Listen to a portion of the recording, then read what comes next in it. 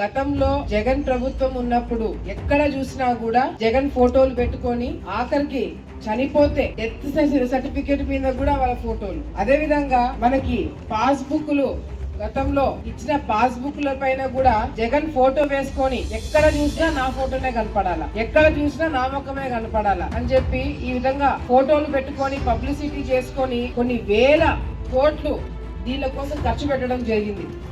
అదే వేల కోట్లు మన గ్రామాలలో రోడ్లకి కాలువలకి ఇల్లు కట్టించుకోవడానికి ఖర్చు పెట్టింటే మన జీవితాలన్నా బాగుపడింది. కానీ ఎక్కడ చూసినా వాళ్ళ పార్టీ సంబంధించిన వైఎస్ఆర్సీపీ పార్టీకి సంబంధించిన కలర్లు కొట్టుకోవడాలు, పెయింట్ కొట్టుకోవడాలు కొన్ని వేల కోట్లు ఖర్చు పెట్టుకున్నారు. కానీ చంద్రబాబు నాయుడు గారు ఈ ప్రభుత్వం వచ్చిన తర్వాత మనము మంచి పనులు చేసి మంచి కార్యక్రమాలు చేస్తే ప్రజలు ఎట్లాగో మమ్మల్ని గుర్తు పెట్టుకుంటారు, ఎట్లాగో మాకు ఓట్లు వేస్తారు.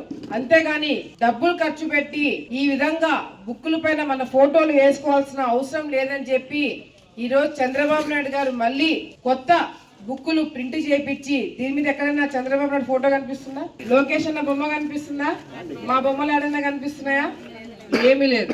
ఈ విధంగా బుక్కుల పైన ఫోటోలు వేసుకొని రాజకీయం చేయాల్సిన అవసరం లేదు. మనం మంచి పనులు చేసి భూమికి సంబంధించిన ఏదన్నా సమస్యలు తొందరగా పనులు చేసి ఈ ప్రభుత్వానికి మంచి పేరు తీసుకొస్తే మమ్మల్ని ఎట్లో గుర్తు పెట్టుకుంటారని బొమ్మలు కూడా వేసుకోలే. రాళ్ళు పాతే దాని మీద కూడా జగన్ ఫోటోలు వేసుకున్నారు, అవునా కాదా?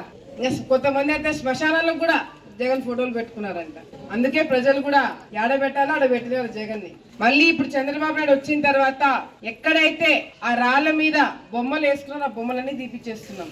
ఎవరికి పనులు చేస్తే వాళ్ళకి ఓట్లేయండి, ఎవరు మీకోసము గొంతెత్తి మాట్లాడితే వాళ్ళ కోసం ఓట్లేయండి. ఆడ పడితే ఆడ మా ముఖాలు కనిపించేటట్టుగా పొద్దున్న లేస్తే మీ గోడ మీద జగన్ ఫోటో, బయటికి వస్తే దీళ్ళ మీద జగన్ ఫోటో, మీ సెల్లో జగన్ ఫోటోలు బలవంతంగా పెట్టించినారు. అందుకే మా ప్రభుత్వము పబ్లిసిటీ అంటే ఈ ప్రచారం మీద పెట్టిన పిచ్చి పక్కన పెట్టి ప్రజలకి పనిచేసే దాని మీద దృష్టి పెట్టి మా ప్రభుత్వం పరిపాలన చేయబోతుంది, చేస్తుందని చెప్పి ఇక్కడున్న మీ అందరికి కూడా మరొకసారి తెలియజేసుకుంటూ మీ పాస్బుక్లు గతంలో ఉన్న పాత పాస్బుక్లు అన్ని కూడా వెనక్కి తీసుకొని మీకు కొత్త పాస్బుక్లు ఈ విధంగా ఎవరు ఫోటోలు లేకుండా ఎవరు బొమ్మలు లేకుండా మీకు అందజేయడం జరుగుతుంది.